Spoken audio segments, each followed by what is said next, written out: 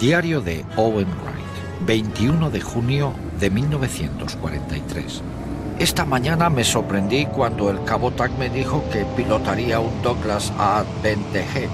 Estas máquinas llevan una carga de bombas de 250 kilos y se mueven como un cerdo empachado. No estaba tan nervioso desde Folkestone, pero no quería decepcionar a nadie.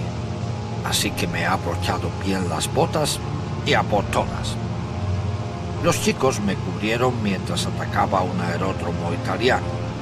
Fue al mismo tiempo increíble y escalofriante ver lo que esas bombas pueden hacer. El calor era casi insoportable y mi buzo, que llevaba directamente sobre mis calzoncillos, se me pegaba al cuerpo y dificultaba mi concentración. Cuando volví a la base, fui a contárselo a Johnson.